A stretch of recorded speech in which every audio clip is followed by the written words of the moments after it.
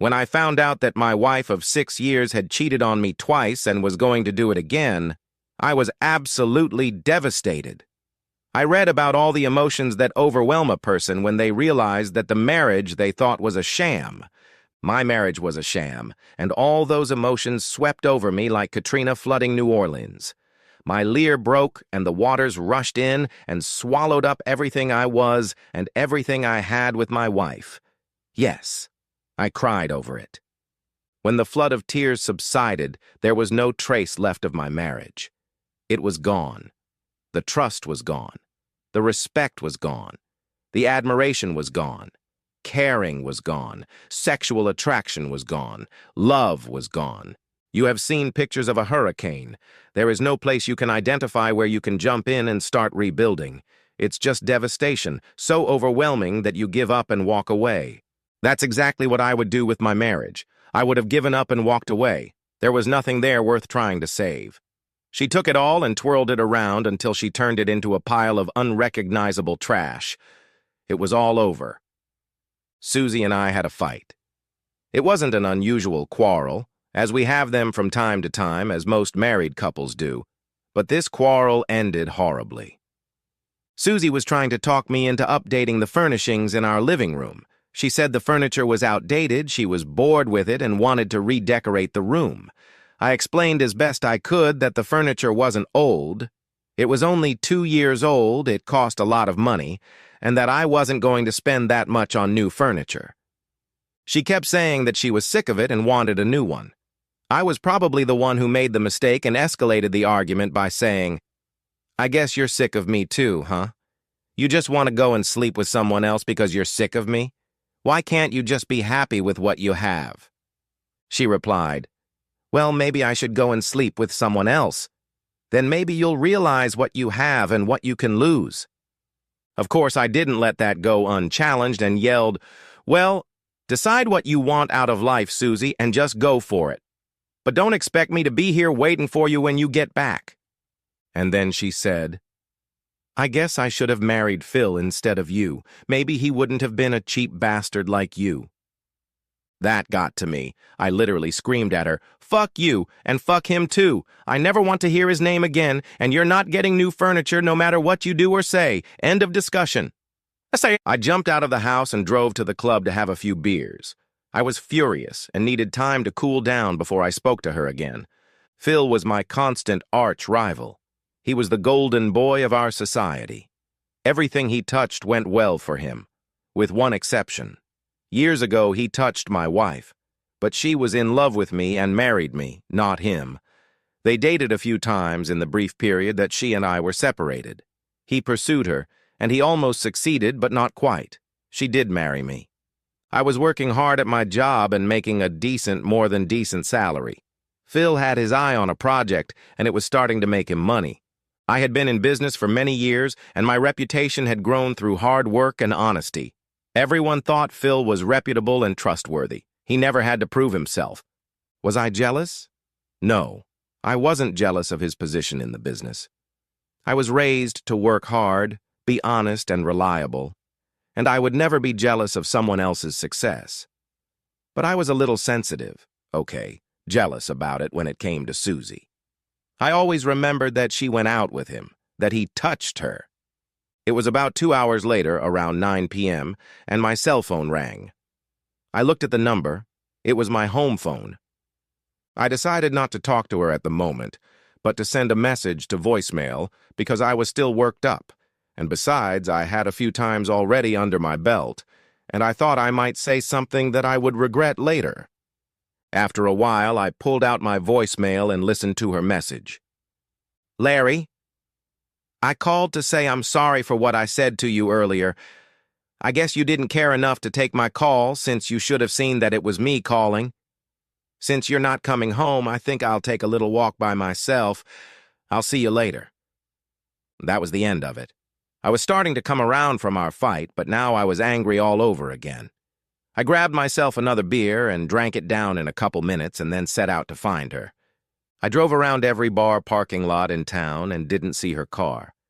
I finally decided that maybe she had left with someone else and drove to her best friend Patty's house. And sure enough, Her car was parked in front of Patty's house. I walked up to the front door and knocked. After about a minute, Dave, Patty's husband, appeared on the doorstep and asked me, "How are you doing, Larry? I heard you and Susie had a little fight today. They're not here. They decided at the last minute to do a little bar hopping."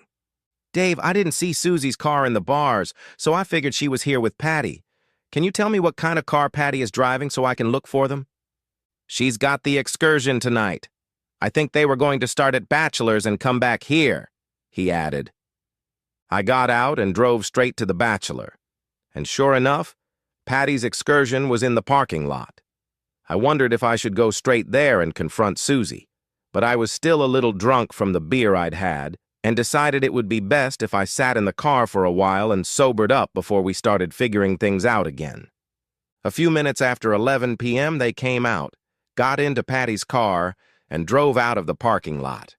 I followed them at a safe distance, and as Dave said, they reached the down-the-hill bar and went inside. I sat in the parking lot again for a while, just watching what was going on. I figured it wouldn't be too long before they went to the next place. And I wasn't wrong. At exactly 11:30 p.m., they drove to Fuzzy's Pub at the Ramada Plaza Hotel, which I figured would be the next and final stop for the night. Midnight came, and Patty walked out of the hotel, got in her car, and drove off. What the hell is this? I asked myself. How stupid was Susie going to act here? Was she going to do something stupid? I knew I had to find out. I pulled my team baseball cap and t-shirt out of the trunk and put them on to disguise myself in some way. I wasn't quite sober yet, so my disguise wasn't quite perfect. You see, the jersey had my name on it. I didn't think anyone would notice it, so I figured it was better than no disguise at all. A few minutes later, I snuck into Fuzzy's and found a spot off to the side from where I could watch what was going on. And that's when I saw Susie with Phil. Son of a bitch. She was with Phil. They were sitting in a booth against the back wall of the bar, in about the farthest corner. I noticed that there was a vacant booth right behind Susie, so I moved toward it with all the caution I could muster. I shouldn't have bothered. Those two were so engrossed in their conversation that they wouldn't have noticed the water buffalo climbing into the stall. From my seat, I could hear their entire conversation, except for a couple times when he leaned forward to kiss her and whispered to her. "Thanks for coming, Phil. I didn't want to leave Patty all night," she said. "No problem," Phil said. "You know I love it when you and Larry fight. This is the only time you let me savor your sweet ass. 7 years ago, you two split up and I slept with you for a while, and twice more after we were married. And tonight I would love to get back at you again. I wish you would fight more often than you do." "Well," she said, "you know I love him to death, but when he pisses me off like he did today, I can't help it. I need revenge sex just so he doesn't win." As I listened to this conversation, the realization that she had cheated on me twice in the last 6 years of our marriage and was going to do it again tonight brought me to the state I was in when I started telling you this story. She could say anything she wanted about loving me to death, but her actions proved otherwise. She was dating Phil to get even with me, to keep me from winning, as she put it. That's not love. That's a selfish, uncaring bitch, and it caused all those changes I mentioned. Right or wrong, she destroyed me and my love. Don't tell me I'm stupid because I won't listen. It is what it is, and I knew I didn't love her anymore. I cried over the loss, but it was over. I waited a little while, wondering how long it would be before they went to the room. It wasn't long before I heard him say, "So, Susie, are you ready for me?" I could almost see the smirk on her face. I knew it would be there because I had heard the words she said to him, and she always smirked when she said them. Luckily for them, they got up and headed for the elevators. I was ready for the kill. Maybe I was lucky because I think I could really do some serious damage to them. After a while, I followed them into the lobby. I couldn't tell which floor they were staying on, so I went to the house phone and asked to be connected to Phil Major's room. The phone rang 3 times before he picked it up, and I said in an inaudible voice, "Is this room 312? He replied, "No, it's not 312. Why the hell are you calling this room at this hour?" and hung up. I asked them to call his room again, and when he picked up, I said, "Well, I thought it was 312. Tell me, you're trying to trick me, and it's 312, isn't it?" "You stupid, drunken bastard. This isn't number 312, it's 422. And if you call here again, I'll have the manager call the police." He slammed the phone down. Who called me a dumb bastard anyway? In my opinion, a dumb bastard is someone who just told an angry and dangerous husband the number of the room where he's going to screw his wife. Let's take a vote. Which one of us is the dumb bastard? I took the elevator to the 4th floor and walked down the hallway to room 422.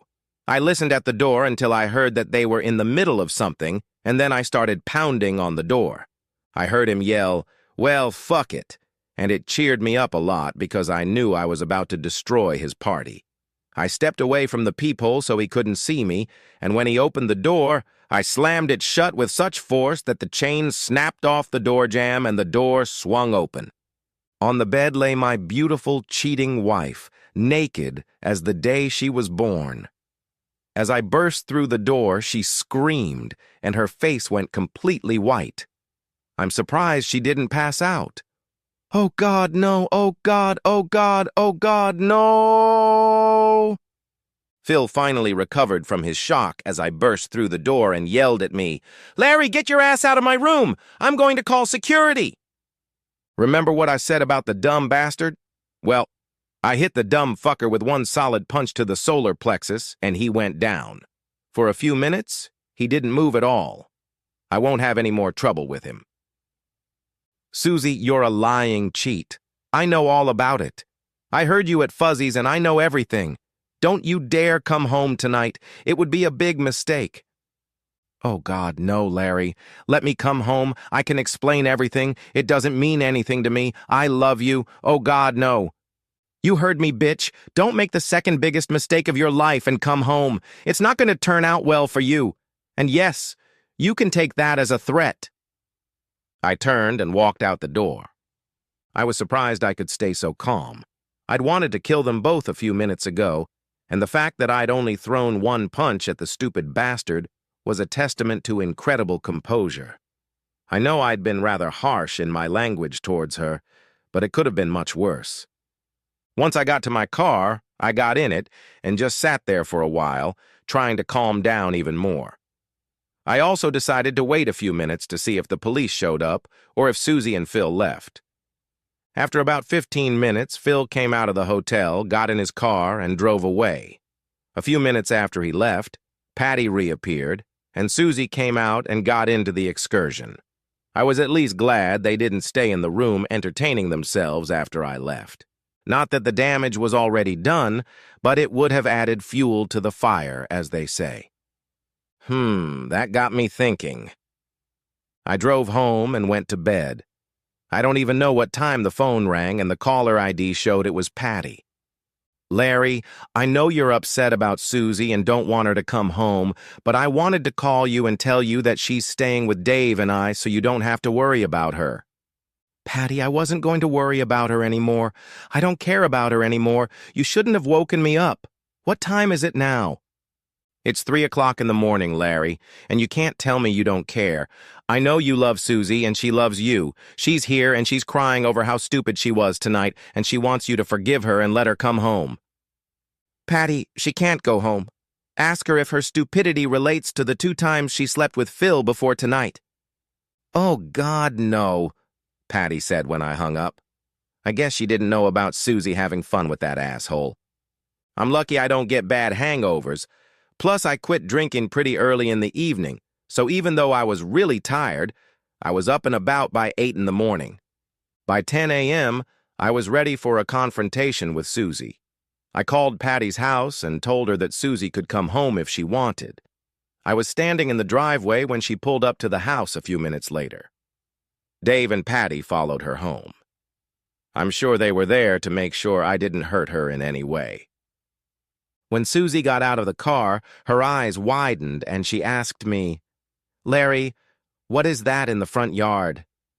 "Susie, it's everything I could think of in this house that would remind you of me, everything you've ever given me, everything I've ever given you, All the pictures of our courtship and 6 years of our married life are here. I can't think of a single thing in the house that reminds you of me. I even put the old furniture out here so you could go out and buy new furniture like you wanted. And the last thing is this." And I held out our wedding picture. I walked over to the end table that used to be next to my chair, also on the pile, and set the photo on it. Taking a few steps back to the driveway, I threw a lit match into the trail of gasoline I had poured on the driveway. It ignited, and the flame quickly traced my footsteps to a pile of memories of me. It wasn't long before the entire pile was engulfed in flames. It was a hellfire. There was almost nothing left but ashes and burned-out frames of furniture. I looked at Susie, who was clearly in shock, and said, "You win, Susie. I heard you tell Phil that you never wanted me to win. I hope it was all worth it. Our marriage is over. You can have everything else. I don't want anything from this marriage. I hope I don't remember you either. You'll hear from my lawyer." A few minutes later, I heard the sound of sirens approaching from a nearby street. A police car pulled up, and 2 officers came over to ask what was wrong. After a couple more minutes, the fire department arrived to put out what was left of the smoldering mass. The gasoline did its job, and in a matter of minutes, the pile was reduced to charred rubble. This is just me destroying the remains of the officer's shattered marriage. I'm sorry for the inconvenience caused. Needless to say, they took me into custody. As they were putting me in the patrol car, I looked over at Susie and saw that she was sobbing. I spent a few days in jail, and a psychiatrist checked my sanity. Surprisingly, they found that I was sane. Distraught and destroyed, but sane. I think they would have let me out sooner, but they wanted to observe me for a couple days to make sure. I posted bail and went to pick up my car from my office parking lot. All the stuff I wanted to keep was in the car. It was mostly my clothes and a few other personal items. I drove to the nearest motel and got a room for a few days until I found an apartment. After a few weeks, I had completely settled in and started to move on with my life. Court time approached, and I pleaded guilty to all charges, received a $5,000 fine and court costs. It was a small price to pay to destroy my broken marriage. Susie contested the divorce and constantly left me voice messages on my cell phone. She begged me to talk to her, to forgive her because it meant nothing to her, to take her back. I left one message on our home phone when I knew she would be at work. I said, "Susie, you say it meant nothing to you, but it meant everything to me. Do you understand? It meant everything to me. Goodbye." I never heard from her again. The divorce did go through, and I gave her everything she wanted. I just wanted to be done with her.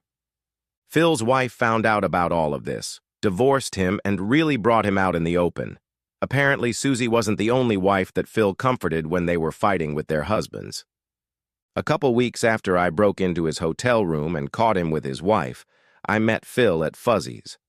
I must have caught him off guard because he didn't have time to get up and run away. I leaned on his shoulder as he sat on a bar stool and told him what I was sure of. If he hung around town, he was bound to get into some serious accident someday.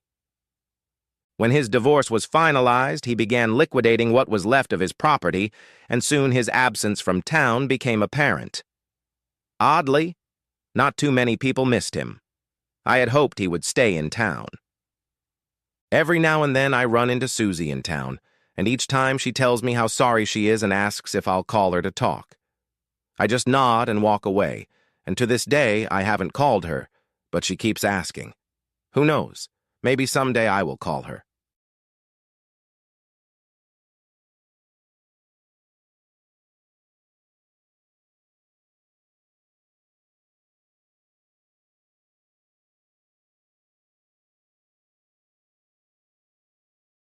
Ben looked up as his wife Julie walked in and sat down across from him. After more than a dozen years of marriage, he knew when she had something on her mind, so he set aside the newspaper he was reading. "What's up, babe?" he asked before she could say anything. "You know what I told you about my client, Henry?" asked Julie. Ben knew about Henry. He seemed like a nice older man. He had been something of a grandfather figure to Julie when she was trying to get a license to open her own spa. It had been a dream of hers back when they were dating. Her plan was to open her own place that would do wraps, massages, hair and manicures, sauna and hot tubs, work with women who were struggling with weight and the like. Basically, a full-service day spa. Ben thought that such a place would be frequented mostly by women. He also thought it probably wouldn't bring in much money, but he loved his Julie with all his heart and wanted her to be happy. Old Henry, who lived a few houses down the street, helped Julie a lot with the house improvements. He had been a builder before he retired, so putting up walls, doing plumbing, and wiring was easy for him. Henry would even come over in the evenings and help her with her upcoming exams to become a certified massage therapist. For some reason, it seemed that the old man had a lot of knowledge about the massage profession that he had acquired somewhere. The two of them sat together while Henry went through a list of muscle group names, crazy to Ben, but with him having the government and all, he kind of understood. Why the hell they'd want to call someone's ass gluteus maximus was unclear. Ass or butt was much simpler, in his opinion.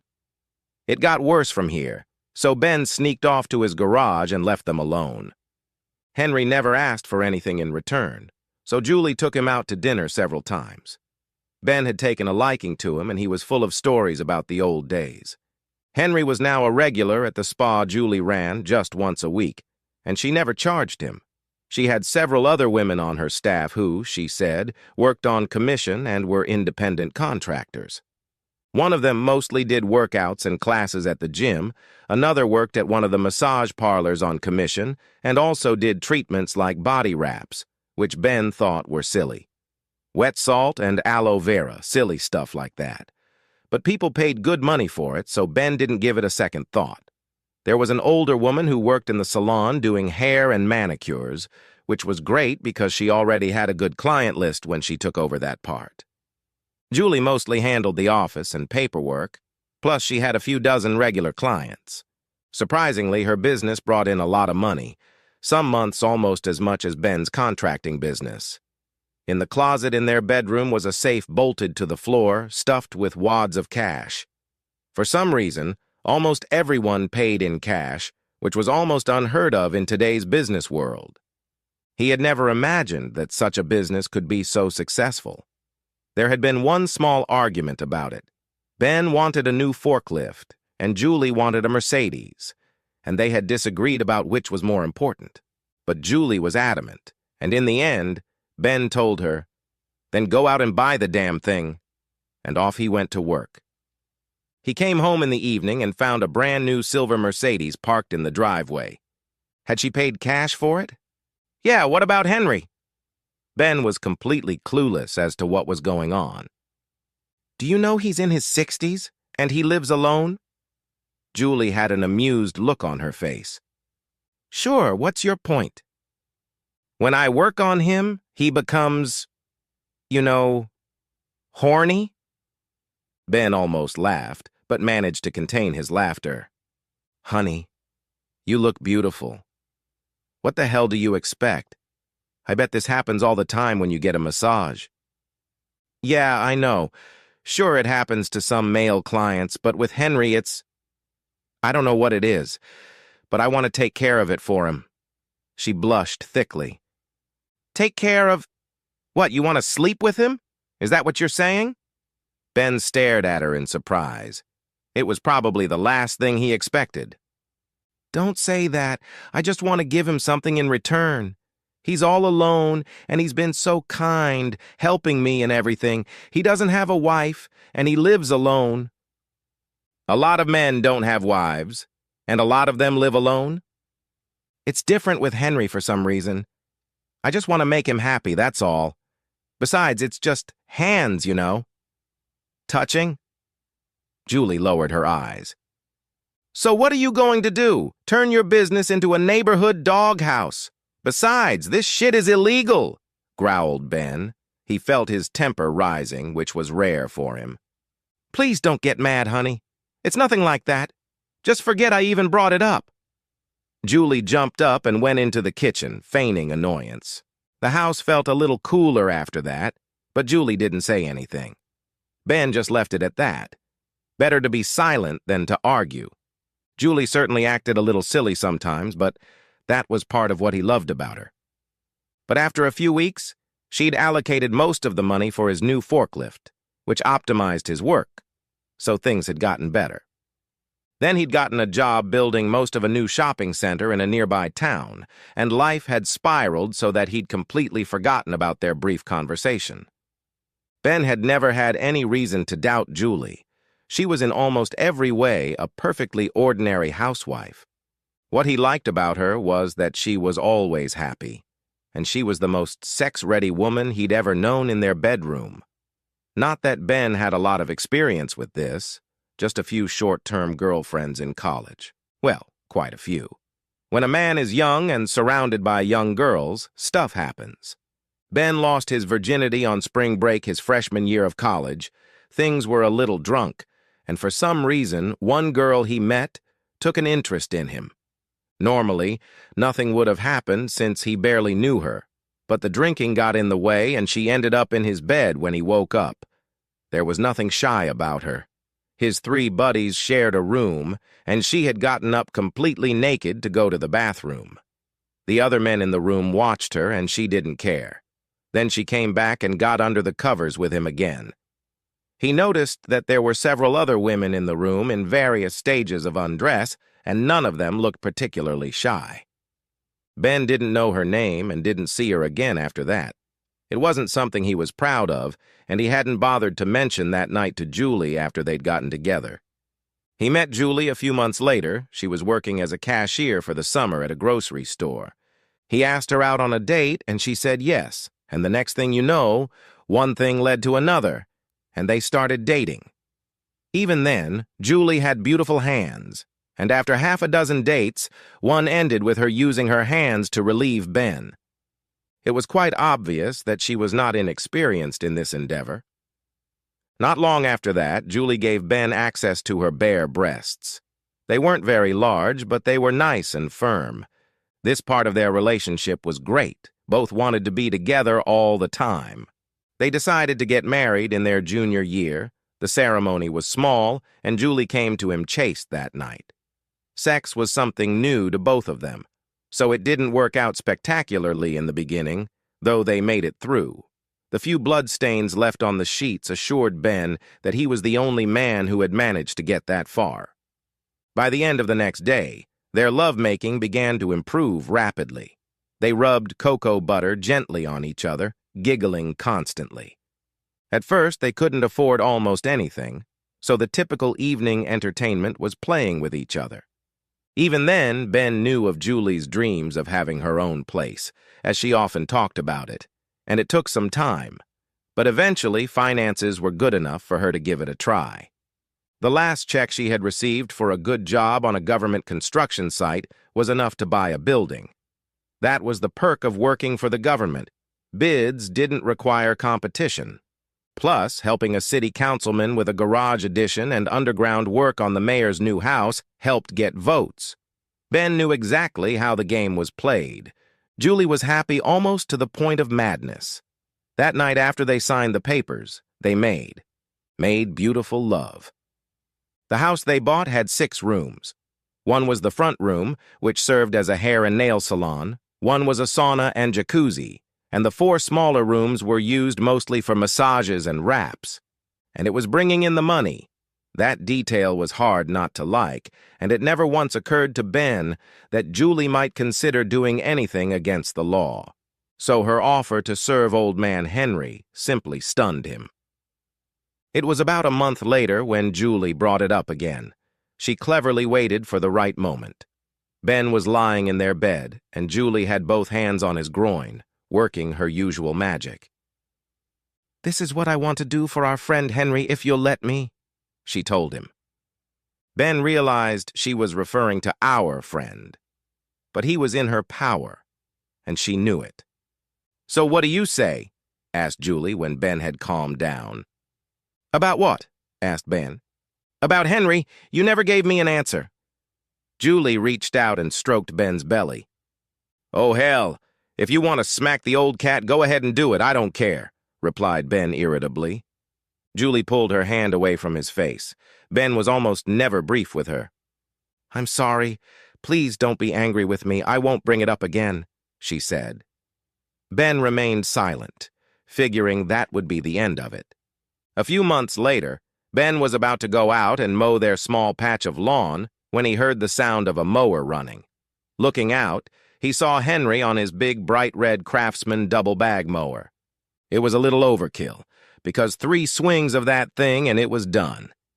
It seemed like the old man was always doing something for them. Ben went into the kitchen, grabbed a couple beers, and headed out to visit. Nice day, huh? The old man gratefully accepted the cold beer. Yeah, it sure was. Thanks for cutting my hair for me. You don't have to do that, do you? Said Ben to him. It's the least I can do. I want to repay you guys. It's great that you let your missus take care of me. Henry smirked. Ben stared at him for a moment. What do you mean? He asked. Oh, massages and things like that. A lonely old man like me doesn't have any real outlets. It helps. Besides, not being shy is great. Julie sure has a great set. Henry cackled and took a sip of his beer. Ben understood immediately. Julie hadn't said a word about anything. His face darkened, and he barely managed not to knock Henry right off the mower. Henry noticed his reaction. Oh, shit. Shit. I'm sorry, Ben. Julie told me you gave her permission. Hell, it's just a touch, no big deal. There was sudden consternation in his voice. Ben turned and walked into the house and sat down. He knew he needed time because if he confronted her right away, he had no idea how that might turn out. Julie came out a few minutes later. She was in the laundry room loading the washing machine. Did you cut the grass, honey? She asked. She asked. She asked. Henry did it, growled Ben. He's so cute, isn't he? She smiled. Yeah, he said he'd love to do it since you were so nice to him at the spa, said Ben. Yeah, That's when she realized Ben was upset. What's the matter, honey? She asked. What the hell is the matter? How about you fucking old cat and with your breasts in the air, for God's sake, shouted Ben. Honey, you told me you didn't care. Ben thought for a moment. He knew what he'd said, but he didn't mean it. You let him play with your breasts? I assume you slept with him for that matter? No, nothing like that. It's just that he's older, so it's hard for him to... At this, Julie stopped, her face turning red. Ben turned and walked out the door, jumped in his truck, and sped down the street. Good God, how stupid that woman was. His cell phone rang almost instantly, of course. He ignored it. When he came to, he realized he was 100 miles from home on the freeway and stopped to think. How could Julie have been so stupid? Ben had gone to check it out when she discovered the place, but after that he had been so busy with his company that he hadn't been paying attention to her. He knew the names of the people who worked for Julie on staff, but he'd never been around them long enough to get to know them. The next thing he knew, Julie was bringing home piles of cash and putting it in a safe. Why the hell was she even running a business? Shaking his head, he started the car and drove back home. When he entered the house, Julie was sitting in a chair, and it was obvious that she was exhausted. Ben sat down and waited. Honey, I'm so sorry. Finally, she groaned. Listen, how can you be so stupid? If you do things like that, you'll get caught. It's against the law. You know that. No, not really, she replied. Why? He doesn't pay me any money, and it happens at his house, not his office. What? Now you're going there? You're going out with this old man behind my back? Ben raised his voice. It's not like that. Julie whimpered again. It sure as hell looks like it, growled Ben. They sat in silence for quite some time. Julie, tell me exactly what you did, and don't leave anything out, demanded Ben at last. It was a few weeks ago. Henry said it would be nice if I touched him a little more intimately. I realized what he meant, of course, and told him that maybe, but it couldn't be in my job, you know why. Besides, you should be okay with it. Go on, Ben sighed. So I asked you and you told me to go on. Ben blinked. Yes, that's what he'd said. But anyway, I went to his place and gave him a massage. Then I gave him a, like when we were dating. It was easy the first couple times, but then he couldn't, he's an old man, right? So he asked me to show him. I know it turns guys on like you. So I let him watch, and he rubbed lotion on my back. That's all it was, honest, Julie told him. And how many times did that happen? Asked Ben. 5, maybe 6 times. I wouldn't have done it, but you allowed it. That's not what I meant, said Ben. I'm sorry, she said. So how would you feel about me going to one of those massage parlors? Asked Ben. I don't mind, honey. It's just hands-on, that's all, said Julie to him. What? Oh, of course. God, I don't understand you. I mean it. It's no big deal.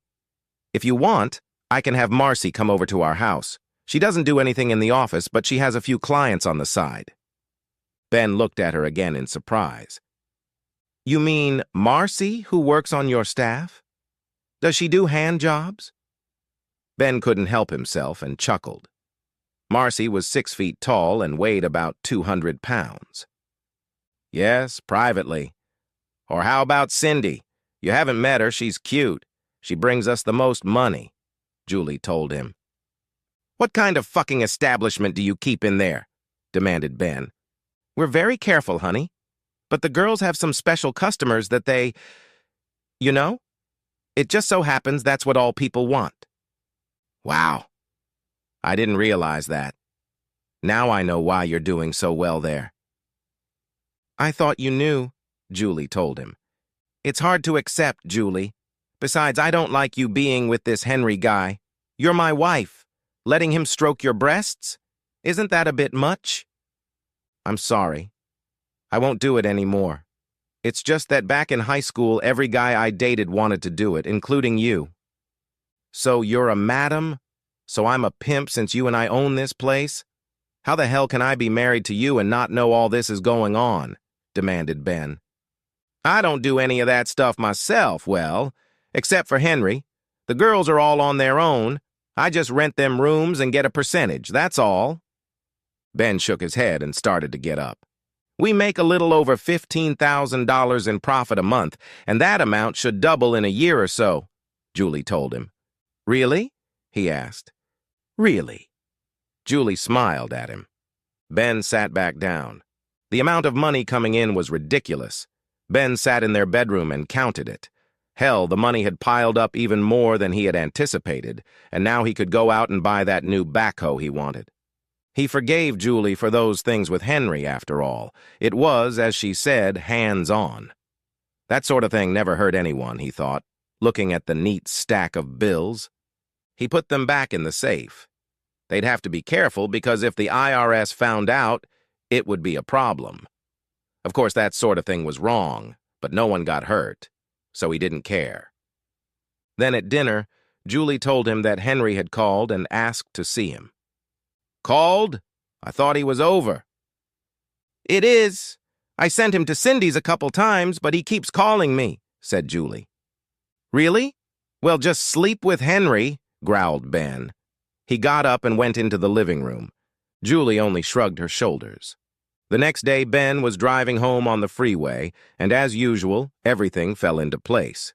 He thought about the fact that with so much money coming into the house, he could just quit all this bidding and construction work. It was all becoming a pain in the ass. His thoughts turned to Julie. She herself had 3 or 4 clients at the spa. Like she said, had that damned Henry called and asked for an appointment? He was a horny old asshole, no doubt about it. But Julie had told him everything, so there was no cause for concern. And what did he tell her? Just sleep with Henry? That should make the old bastard dump her? Oh, bleep. Michael sat all alone in the last row of the courtroom. He had been there since 9 o'clock in the morning. At 5 minutes to 5, a bailiff came up to him and said, "I'm sorry, sir, but it's adjournment time. You must leave." Michael didn't say anything back. He stood up and started shuffling his feet toward the door. It's hard to move faster when your life is over. As soon as he was outside the courthouse, he was swallowed up by the crowd on the sidewalk. The sky was dark with storm clouds. The humidity was off the charts, and there was a stench in the air. Never in his life had he felt so alone. Then the rain came. 2 weeks earlier, Michael had been happily married.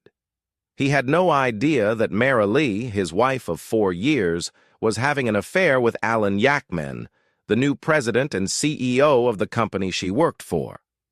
Yakman had noticed Mara Lee on her first day on the job. He had always liked long-legged blondes with larger-than-average breasts, and she fit that profile just fine. But most importantly, Mara Lee was like an angel. She possessed an ethereal beauty that caught his attention and imprinted itself on his mind. He knew he had to possess her.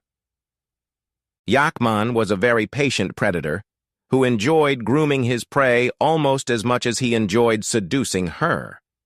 Judging by her clothes from the discount store, he knew she would be impressed with his money. He tried not to pass Mara Lee's table, always making friendly remarks and complimenting her on how good she looked. The other women noticed this and started teasing her. "Don't be silly.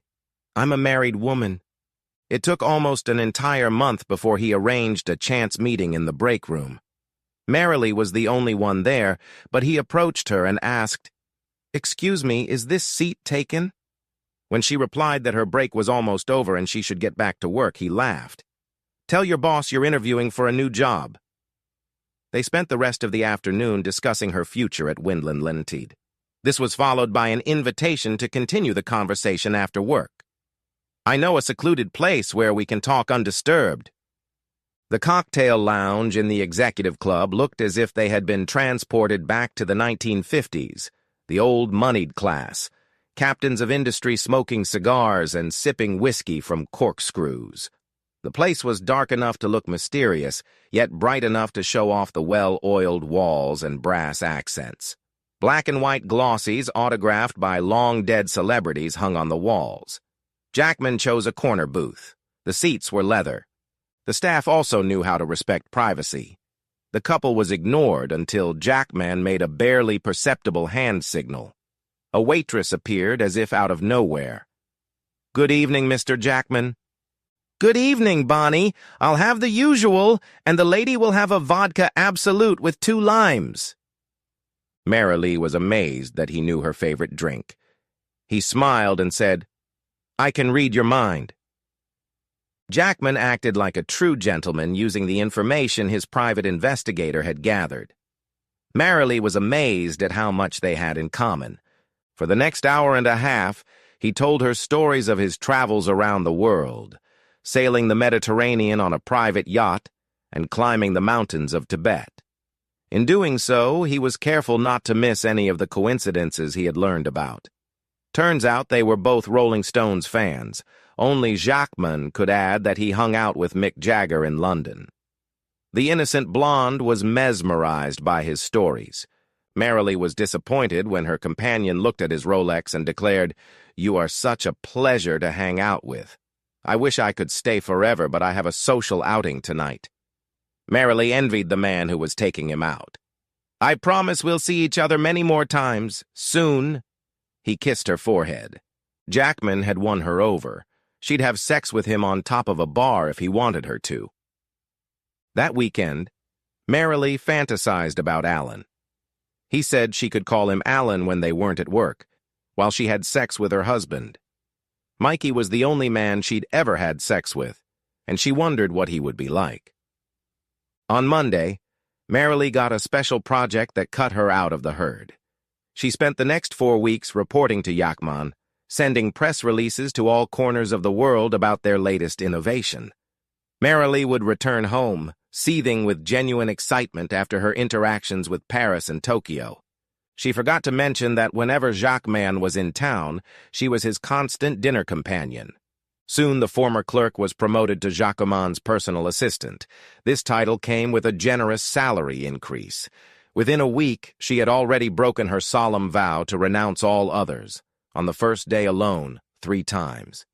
She felt a little profligate when he gave her 5 crisp $100 bills and said, Go and buy yourself some nice clothes. She reasoned that the money was payment for a new job. After all, Jacquemin had emphasized how important it was that she dress appropriately to fit her new position. Michael didn't notice the designer labels on the blouses and skirts she bought. No, he was a simple man, and was happy to see his wife happy with her promotion and new clothes. Her smile shone in his heart, and he told her, "I am so proud of you." She replied, "I'm so glad." Unfortunately, he was not the reason for her smile. The next week, she earned another $500 and spent it on lingerie, including her first garter belt and stockings. Marilee hid the packages in the depths of her closet. That Friday, Marilee decided to show off for her lover. She brought her outfit to work so as not to arouse her husband's suspicion. Just before lunch, she changed into her sexiest outfit in the executive restroom. The second visit to the cocktail bar was much more crowded, but they were seated in the same corner booth.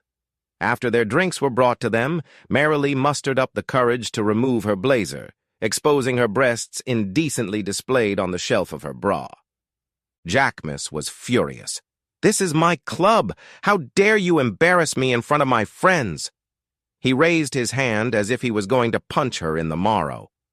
Marilee shuddered fearfully. Her voice trembled. "I thought you were—" "What? To be glad you were acting like a $50 whore." "But—" Marilee put her jacket back on and buttoned it up. "Don't ever do that again." The tone of his voice sent a shiver down her spine. "I'm really sorry. I promise I'll never do anything like that again." Like most influential people who collect rare and valuable items, Jacquemin liked to show off his treasures. But some items in the collection were not meant for public viewing. For the next few months, everything went smoothly. The young lovers would meet for appointments, and then, after a cocktail each, retire to one of the private rooms at the back of the house. Problems were brewing, however. Jacquemin was a very jealous man and hated sharing his trophy with another man. The thought of a factory worker having sex with his woman gave him no peace. Michael, poor Michael, didn't even realize that Jacquemin had convinced himself that he had fallen in love with his wife. He also didn't know that her lover didn't like sharing a mistress with her husband and had forced her to divorce her with the promise of a romantic wedding and a fairy tale life. Michael only found out about it when he came home from work and Marilee told him, "Sit down, we need to talk." After she opened his chest, ripped out his heart, and stomped on it, a curious man in a bad suit approached him. He shoved an envelope into his hands. "You have been served." Michael collapsed to the floor. When he woke up, she was gone. And so were her clothes and everything that belonged to her. He opened the envelope. The divorce complaint was ripped from his hands. He lost consciousness again. On the appointed day, Michael showed up with his attorney from legal services, a very nice young man, shy as a church mouse. Marilee was not in court. In her place, Jacquemin sent 3 humanoid sharks dressed in suits that cost more than Michael made in a month. He still couldn't utter a word. The divorce was finalized in less than 2 minutes. Unlike all the other unfortunate people who got the "we need to talk" offer, Michael didn't go to a bar and meet a Miss America contestant who fell in love at first sight. He wasn't a brilliant inventor who was just days away from receiving a patent for a world-changing invention. Nor did he have the hitherto unrecognized understanding of the stock market that allowed him to turn $50 into $5 million. What he did have was a cold 12-pack of Budweiser, which he proceeded to devour while parked in a grocery store parking lot. Even with a belly full of beer, he couldn't bring himself to go home and use some bushes as a restroom. And when he woke up the next day, he was still feeling himself, so he went back inside and bought another round. On Monday morning, he showed up for work wearing the same clothes and with a 3-day stubble on his chin. The supervisor called him in to see if the machinist could meet the quota. By the time the whistle blew, he had exceeded it by almost 15%. The mindless repetition dulled the pain in his heart. In the evening, he went home to shower and change his clothes. Besides, he had a well-stocked bar. A few bottles had escaped the cleanup. He poured a glass of Jack Daniels and began sorting through the mail. Most went quickly to the wastebasket. Bills he set aside to pay later. The last thing he did before getting drunk was cancel all his credit cards. The next morning, he walked into the rental office to tell them he had to cancel the contract. He explained what had happened and said he no longer wanted the two-bedroom penthouse. It was my wife's dream. Or rather, my ex-wife's. The agent listened to his story and then made him an offer. I have no problem renting you the apartment for more than you'll pay, but I have something that might interest you. He took Michael into the bowels of the building, into the windowless crypt that had been the janitor's apartment, until the building was converted to natural gas. It was dirty and dark in there. Michael decided it was the perfect place since it reflected his life. The deal was done. Michael then sold his pride and joy, a 1988 Monte Carlo SS. He walked or took the bus to work. It was only 5 miles. He began to turn into a wild creature that roamed the streets at night. He stopped shaving and his beard became wild and unkempt. It was August, and the factory had no air conditioning. After his shift, he was dirty and smelled of sweat mixed with machine oil. Late one night, he was accosted by a policeman. He showed his union card and pay stub to prove he was working. The next night, the policeman followed him home. The doorman vouched for Michael, saying, "He's lived in this house for over 4 years, quiet guy, never had a problem." After that, the policeman always said, "Good evening, Mr. Yancey." Michael would nod silently in acknowledgement. Alcohol was his only reliable companion, but he was a regular drinker and never missed a shift at the factory. When he got tired of walking, he'd get a case of cold beer from the store across the street from his house. He would set his alarm clock and lean back in his black leather chair. It was one of the few things she kept. Marilee never liked the chair because it clashed with her decor. He sat in the darkness, shooting down one after another, thinking of ways to get back at Jackmus until he passed out. The morning was the hardest. For a few seconds, Michael would forget about the divorce before he started thinking. Then the pain returned like a sledgehammer hitting an anvil. The few friends he had left were from before their marriage. They would get together and discuss how to avenge their friend. One of them decided that he could get his hands on a gun that could not be traced, and they decided to execute Jacquemus. However, their plans had to be put on hold when they learned that Marilee and her new husband had gone to Europe for a 3-week honeymoon. Their wedding was lavish enough to merit a mention on the evening news. The bride drove up to the cathedral in a white carriage drawn by 4 white horses. 12 brass horns heralded her arrival. The annulment of her first marriage had cost a fortune, and they were able to be married by the bishop. Being a man of practicality, Jacquemin supplemented the guest list with clients, politicians, and others with whom he sought favor. Even the governor showed up. By all accounts, it was the social event of the year. The next morning, one of Michael's friends stopped by with a newspaper. Upon seeing the picture, he didn't utter a word. "Mike, we've thought this through. We'll hit him on his way out of the private club. It'll look like a botched robbery." The plan sounded great over a few beers, but as Michael sobered up, he realized they wouldn't be able to kill anyone. All he could utter was, "No." He gradually cut off all contact with humans, except for the bare minimum necessary for survival. One chilly night in the pouring rain, Michael almost ran into a man who offered him a choice of a bowl of hot soup or an umbrella to stay dry. Michael laughed as he imagined using a bowl of soup to stay dry. Jim Bauer, the shelter manager, led him into a large basement room. Row after row of tables stood at which elbow to elbow sat the denizens of the darkness, sheltering from the storm. He felt a little guilty because he had enough money in his wallet to buy food. He just chose not to, and ate only enough to keep from dying. His body had gone gaunt. This was the first hot meal he'd had in over a week. He felt good about himself. He was glad that his companions at the table were more interested in eating than talking. He was also relieved that there was no sermon. As Michael was leaving, he sought out the man who had invited him inside. He walked up and down the aisles looking for him. Along the walls stood families, mothers with their children. Not a single father was in sight. His own father had passed away when he was 5, and he knew how children felt. He spotted Jim in the backyard washing a huge pot. "Thanks for the soup." He held out $20 to him. "I hope that's enough." "Thank you, brother. Your generosity is much appreciated. Please feel free to stop by anytime." He went home and did something different. He didn't drink a mug of beer. Not one. He was too busy thinking about the children he saw huddled against their mothers in an unfamiliar place. The terror on their faces haunted him. It was almost 2 weeks before he mustered up the courage to return to the orphanage to eat. He was greeted by an elderly woman. "Welcome, friend. I'm sorry, but we're in a bit of a jam.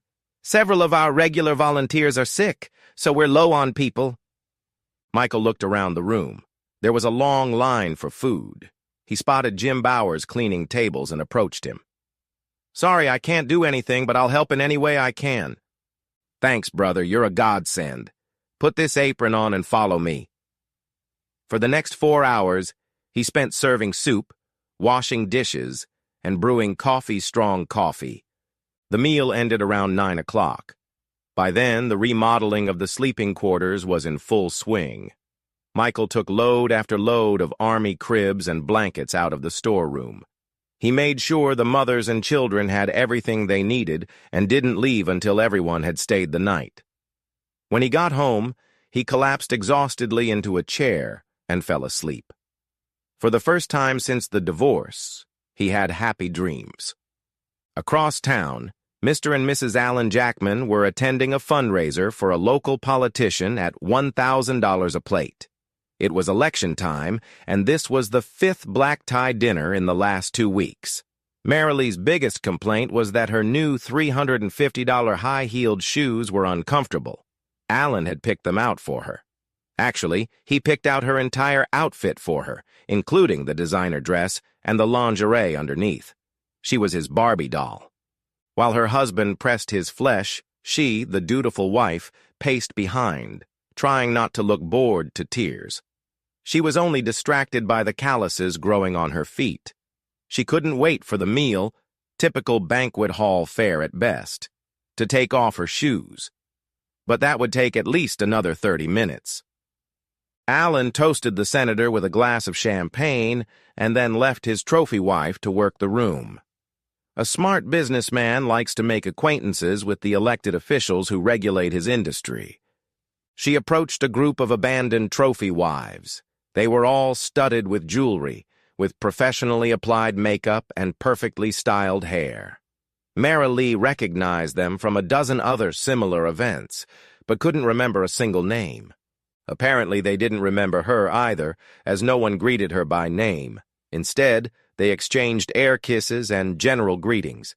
In no time at all, the gossip flowed fast again, cutting everyone with their backs to them. A lot of the speculation centered on which one of them was having an affair, and it went on and on. Marilee looked at the women. There was not one among them that she considered a friend. It bothered her that she had lost all her lifelong friends and replaced them with a pack of jackals who tore each other to shreds when they turned their backs. Marilee feigned interest, taking a sip of another dirty martini. Better to be bored than to be a topic of conversation, she thought. Besides, belonging to a pack deterred the catchers who preyed on unaccompanied wives who might have had a little too much to drink. She'd been tempted a couple times, but she'd never been able to find a man worth risking everything for meaningless sex. Damn that prenup. She grew moody when she drank on an empty stomach. Loneliness gnawed at her. Since the divorce, most of her family hadn't even spoken to her. She could still hear them asking, "How could you do that to Michael? I mean, he loved you." She took another glass from the waiter's tray as he passed by. Thankfully, dinner was announced. Dinner was followed by a speech extolling the brilliance and virtues of whichever candidate was being honored. It didn't matter who it was or what office it held. Shit is shit, no matter who the farmer was. The Jackmans were inevitably the last to leave, lingering at the bar until the final bell rang. On a good night, they would drive home in silence. However, if she did anything to anger or embarrass her husband, hell would be waiting for her. And Jakeman didn't wait until he got home to punish her. Marilee had learned too late that her husband was a sadistic bastard who took pleasure in spanking her if she didn't do what he wanted and how he wanted. More than once, she'd had to hide a black eye with a thick layer of smoky eye makeup and a pair of designer sunglasses. The bruised ribs were easier to hide. So were the welts on her ass from his belt. Marilee was looking forward to living with a rich man.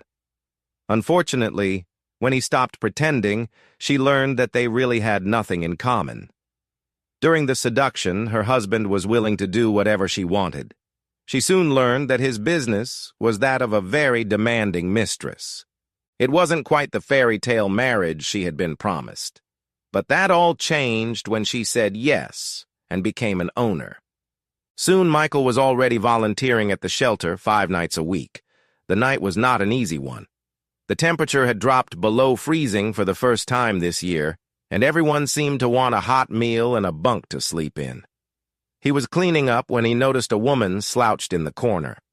It was actually the bandages on her face that caught his attention. He'd seen a lot of battered women in the last 6 months, but he'd never seen one that looked like a mummy. And she was holding 2 tiny babies in her arms. Next to her on the floor were 3 garbage bags full of clothes and baby items. Michael asked the other volunteers who she was, but it was so crowded that no one paid any attention to her. Finally, Doris, a regular, said she had warned this sweet woman that DCFS would take her babies and place them in foster care if she didn't find a permanent home. Unfortunately, Doris scared the woman by not telling her about the help available for abused women. The woman sat on a cot in the corner and sobbed. Her children cried too. Her son threw up on her and stank. She thought, "Without my children, my life is over." As Cassie sat contemplating suicide, her guardian angel appeared and said, "It sounds like you need a friend." She heard someone crouched next to her. "How can I help you?" It was several hours before Cassie was ready to talk, but once she started, she couldn't stop until she had told the whole story of her life. "It's hard for me to realize what happened to me, to us. I was hospitalized for a week for eye surgery. On the day of discharge, my husband didn't come to pick me up. The nurse said his cell phone was no longer working. I had no idea what was going on. I started to panic. I managed to arrange for a friend to drive me home. When we arrived, I discovered my husband had left us. He left me a note saying the doctor had told him I would need at least 2 more operations and he didn't want to play the role of babysitter for a blind woman with 2 babies. He took everything of value and tricked the landlady to look after our 6-month-old twins. She was furious and said I should move out if I couldn't take care of my children. It was a moot point because when the rent was due 4 days later, I couldn't pay. She handed me something and said it was an eviction notice and that she was kicking us out. I had an hour to pack what I could carry, and with the help of my friend, we got to this shelter. She only has a 1-bedroom apartment, and her husband wasn't too happy about the 3 of us moving in. It's where my stuff is stored, mostly clothes and baby stuff." She continued talking until Jim Bauer turned on the light and announced that it was time for bed. Cassie was afraid, so Michael slept on the cot next to her in case the babies woke up and needed anything. The next morning was Saturday, so Michael didn't have to work. Instead, he wandered around the neighborhood looking for rental listings. After an hour, he rented a studio apartment for her and paid 3 months' rent out of his own pocket. Then he went around second-hand stores and bought a crib for the twins. His next stop was the grocery store, where he bought diapers and anything else he thought the babies might need. By noon, he was back at the orphanage. Cassie sat on the crib and waited, but she wasn't sure if this stranger was coming back. She was too nervous to eat lunch.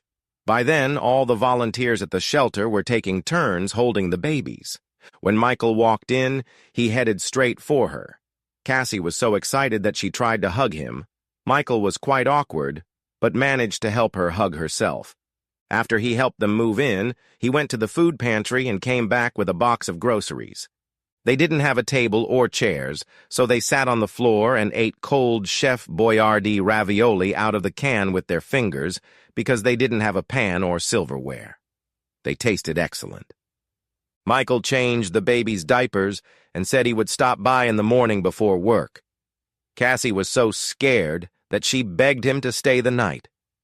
That night, Cassie slept on the floor with an empty cardboard box as her pillow. Michael covered her with his jacket and slept on the floor next to the crib in case the babies woke up. He was like a watchdog guarding them. Cassie had never felt so safe with a complete stranger. Because of the surgery, Cassie was pretty limited in what she could do. As you can imagine, having 2 children takes a lot of effort for a healthy woman, and she could barely take care of herself. Early Monday morning, Michael snuck out and returned with a grocery bag full of food for the babies. He also had a pillow and blanket for Cassie. "I'll be back by 6 tonight." Cassie was afraid he would never come back. He squeezed her hands in his. "I'll come here straight from work. You have my word." Michael had a talent for picking up abandoned furniture. On Tuesday, he carried a dresser with 4 drawers on its back for over a mile. Over the next few days, he managed to find a small table and a couple of mismatched chairs. Then came the television. Then Michael did the most wonderful thing for Cassie. He switched to the midnight shift to help her see a doctor and get her benefits. He didn't give up when they ran into bureaucrats who said she wasn't eligible for benefits because she was still married. "You should hire someone to track down your loser husband and make him pay child support." Michael didn't raise his voice, but it was clear he wasn't going to let them bully him. He made an appointment for Cassie to see a social worker who insisted on checking the premises to make sure the babies were in a healthy environment. She also wanted a tour of Michael's apartment to make sure he wasn't going to rent and take advantage of the freebies. Michael led her to his windowless apartment. When he turned on the lights, she was greeted by an immaculate room. She looked through his dresser and refrigerator to make sure he lived here. She pulled out a half-empty gallon of milk. "There's 2 days left before the expiration date, so you better drink it soon," was her only comment. All the while, Michael apologized for not making more. That was almost 5 years ago. Since then, they had become a family. Michael had only one living relative, his cousin Catherine, and she was getting married. He planned to send a card with a check congratulating the newlyweds. He didn't want to go because his ex was the groom's aunt and would undoubtedly be there. That all changed when Cassie picked up the phone. "Did you forget to tell me something?" The date was circled on the calendar in red ink. They were going to a wedding, all 4 of them. One night, out of the blue, Michael asked Cassie what her favorite movie was. "Scent of a Woman," because Al Pacino doesn't let blindness get in the way of his life. He laughed and asked, "Do you know how to tango?" "No, but if you take my hand, I'll follow you anywhere." Nothing more was said about it. Money was tight, so they didn't go out much. Michelle had an idea to make the evening of the wedding reception special for Cassie. Michael bought a copy of Scent of a Woman and began practicing the tango dance in the basement of the apartment building. The kids, appropriately curious, soon found out what Daddy was up to. "It's a surprise for Mom." Samantha offered to partner with her dad, with her brother directing their moves. They found a YouTube video that showed the dance steps. When their mom asked what they were doing, the kids amicably replied, "It's a secret." Marilee became sick of watching her husband try to get a couple of young girls at the bar to talk. She knew he was cheating on her, but she had always maintained decorum. Tonight was different. Family and friends were gathered in the audience, and he was showing off. They were saved by young men their age. Alan asked for a double scotch, the good kind from the top shelf, not the kind that hides in the well.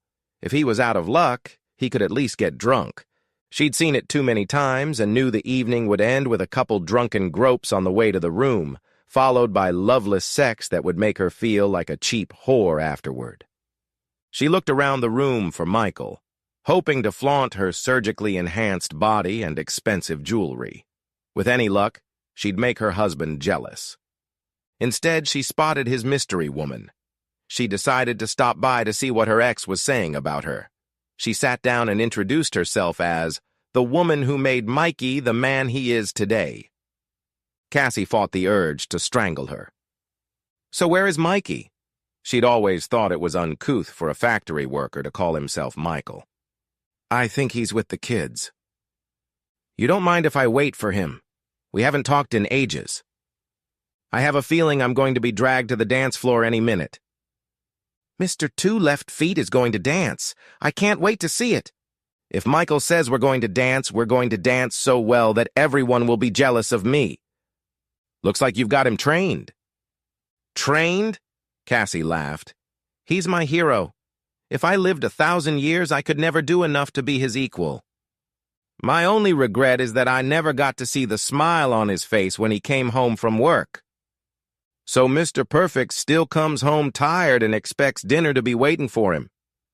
No, he's still tired, but everything changes as soon as he walks in the door. He lets us know he missed his family every second he was gone. I can hear the smile in his voice when he asks us how our days have been. The kids talk nonstop because they know he's listening to them. That doesn't make sense. If you can hear him, why can't you see him smiling? You really don't know, do you? Cassie took off her dark glasses. I haven't seen anything in over 5 years. Michael is my eyes. His words paint vivid pictures in my soul. Marilee was at a loss for words. I say a prayer every night, thanking you for being a selfish, money-hungry bitch who kicked the best man I've ever met to the curb like he was garbage. If you hadn't done that, I wouldn't be alive today. Before Marilee could respond, her 2 children ran up to her and pulled their mom onto the dance floor to surprise her.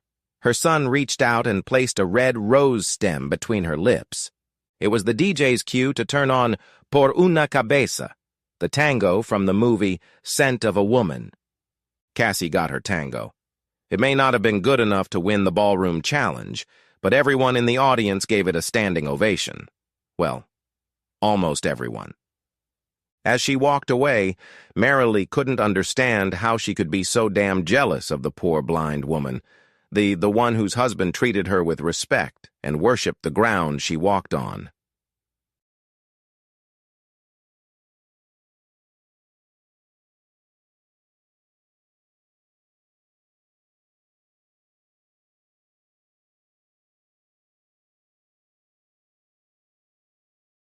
Dumb, slow, stupid.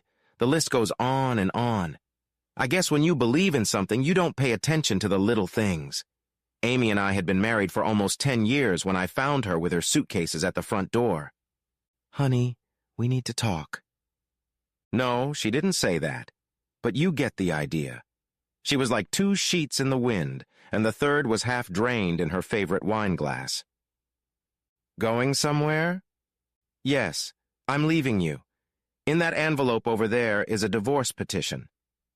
I don't love you anymore, so there's no reason for us to continue this farce. Exchanged? Does it really matter? That told me all I needed to know. Little Miss Churchwoman was a whore. I made 180 and fed myself at Denny's. When I returned, her car and suitcases were gone. It was my turn to make a few tips. 1 would have been too much, and 10 wouldn't have been enough. My ears and toes hurt when I woke up in the living room chair. This thing wasn't meant for sleeping. I've always been shy. That's why I always found myself 1 step ahead or 1 step behind. Amy was the one following me. We were both 22 when we got married. For the first 8 years, everything went fine. The last 2 years, the relationship became strained. I never developed into the kind of man she needed. Leaving didn't come as a surprise to me once I connected the dots. But that doesn't mean my heart wasn't ripped out of my chest. It was ripped out. But life goes on. If she doesn't need me, then I'll move on. It will take some time, but I will come back and be a stronger person.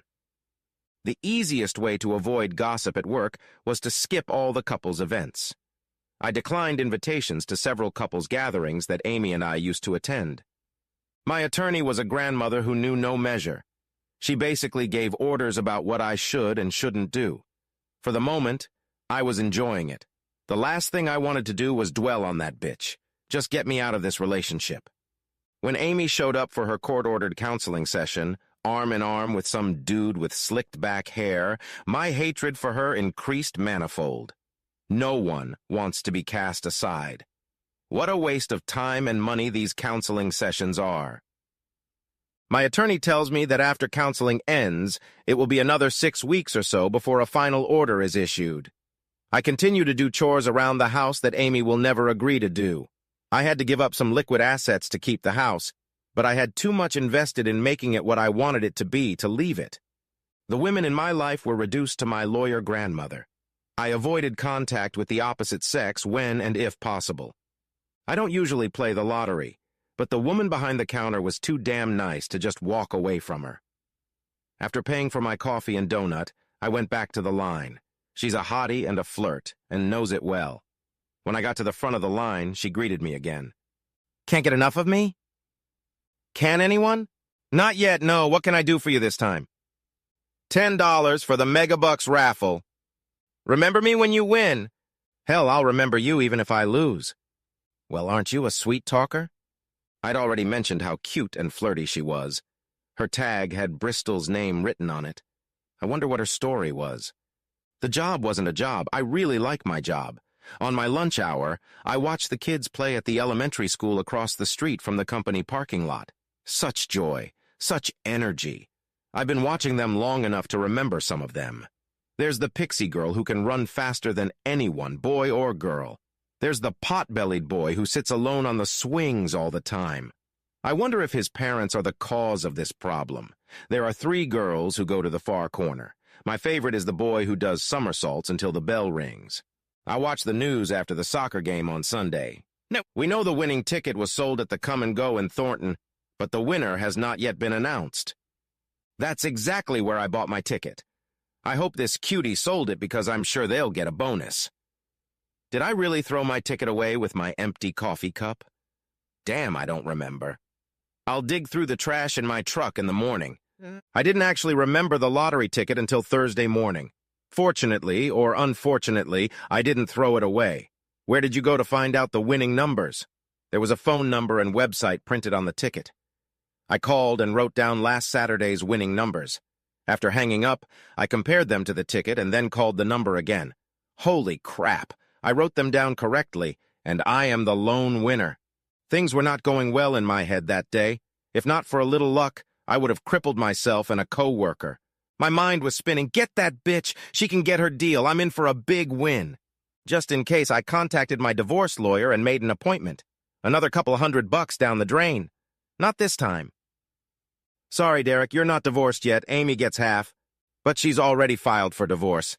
I bought it after she filed for me, it was my money I bought it with. Tough shit. Until the court orders a divorce, she's entitled to half. No way in hell I'm going to split it with her. What if I give it to my parents? If she finds out you bought the ticket, any transaction other than an arm's-length transaction would give her the right to collect half from you. What is an arm's-length transaction?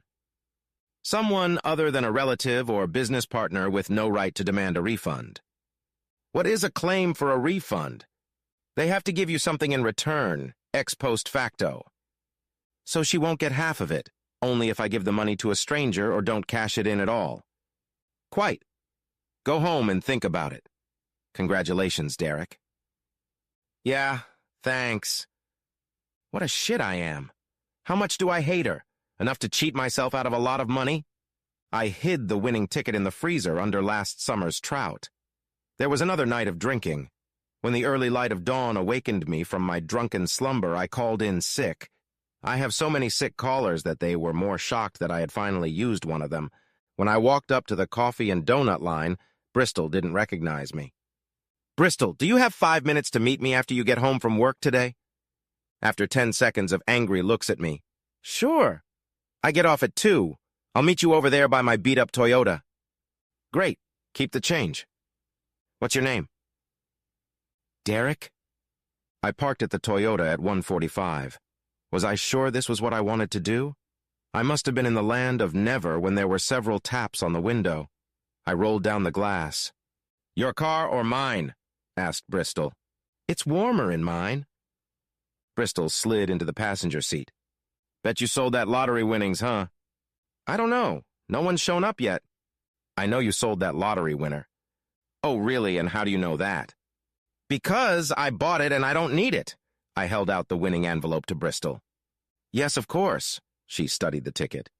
"You said your name was Derek? Does it look like the real one?" "It does. If I cash it in, half of it goes to my soon-to-be ex. I hate her so much I'd rather be broke than add to her coffers. It's yours, free and clear." I knew Bristol was excited because there wasn't the slightest cold breeze in the car. "What's the catch?" "Don't chip in when I buy coffee and a donut." With a concerned look on her face, she asked, "Do I ever?" "No, but a rich girl like you can change. And please don't ever tell anyone who gave you a ticket. My life is shitty enough as it is to have people second-guessing me as well." Bristol pressed my head against her chest and squeezed the life out of me. Her eyes clouded with tears as she let me come up for air. "Thank you, Derek." "You're welcome, Bristol. Spend them wisely." Bristol kissed me as passionately as no woman had ever kissed me. I hope I did the right thing. On the news that night was an amazing story about a come-and-go clerk becoming the state's new multi-millionaire. I'll probably never see Bristol again since, according to the story, she quit her job after checking a ticket. It was fun to watch the news coverage of Bristol's life-changing story. She was divorced and had children ages 2 and 4. She lived with her parents who watched the kids until her shift ended at 2 o'clock. Now she was a full-time mom and drove a new SUV. They said she took a non-annuity payment that was just under $2 million after taxes. I hope she doesn't go bust and fall for some slick scammer. After a week of coverage, the Bristol story disappeared from view. As soon as the divorce was granted, I started dating again. The first few ended with the good old, "I really like you, Derek. I hope we can be friends." It was too depressing, so I immersed myself in the life of a permanent bachelor. 15 months after turning in my ticket, I stood in line to pay for my coffee and donut. The sweet smell of perfume wafted behind me. A woman whispered, "Wait for me in your car." I wish I could say I recognized the voice, but I didn't. The lady was wearing a hat and sunglasses, even though the morning sun had just risen in the eastern sky. She was dressed smartly. There was no one waiting outside my car, but I didn't pull away while the engine idled. The sweet-smelling woman slid into the passenger seat. She held out an envelope to me. "What's this?" When the woman removed her hat and glasses, I recognized Bristol. "It's a prenup." "Good. Why do I need a prenup?" "Because if you're going to marry a rich girl, she's going to want certain protections." A glint appeared in her eyes. "My bad, I completely inadvertently asked you to marry me." "I forgive you. Little things like that can slip your mind. Didn't you say you wanted to marry quickly?" "Well, sort of. I said I'm getting ready for marriage, and no matter how good you look, I need to speed up the process." "So sign the damn prenup and let's go get a marriage license. I want to get married on Valentine's Day." "And what makes you think I'm not a sadist who will torture you?" "Because I've spent a lot of time studying you. I know more about you than your mother. I know all about Amy and her affair before she filed for divorce. I can understand the pain you went through because I went through something similar myself. I know you are a much stronger person than I am, and what you did with that lottery ticket speaks volumes about your character. I found a man who loves what he does for a living and who has given up on women. I have no competition, which is sad, because you have a lot to give. The only thing I'm not sure about is whether you're ready to be a father to my little girls. Judging by how much you admire kids in elementary school, I think you're up to it. I'm willing to take the risk that you will if they love you. So are you willing to make an honest woman of me?" "Well, that's the best offer I've gotten today," I grinned. "And what would that be, Derek?" "Oh, what the hell? Let's get married." I called in sick, let my lawyer read the prenup, and we headed to the courthouse to get our marriage license. We were married a few days later on Valentine's Day. Of course, since it was Valentine's Day, Bristol wore a skimpy red lace dress as she lured me into the bedroom. While my instincts demanded to finish quickly, Bristol slowed me down. She seemed to sense when I was getting closer to my goal. A man's ego is quite something. I was very proud of myself for being able to do this for Bristol. Epilogue. Although Bristol could have bought a nice house, she decided to upgrade her parents' house for them. They thought I was some kind of fraud and tried desperately to talk Bristol out of moving in with me. It took Christmas before she discovered that we were actually married. Bristol says she never told anyone how she ended up with the lottery ticket. At the time of our wedding, she still had about 90% of what she received. We talked at length about investing, and now she has more than the original amount. I still grab a coffee and a donut on my way to work. I don't flirt with any of the clerks. I've never crossed paths with Amy, and I have no desire to. If she hadn't left, I never would have won the lottery. And I'm not talking megabucks. As for parenthood, I love it.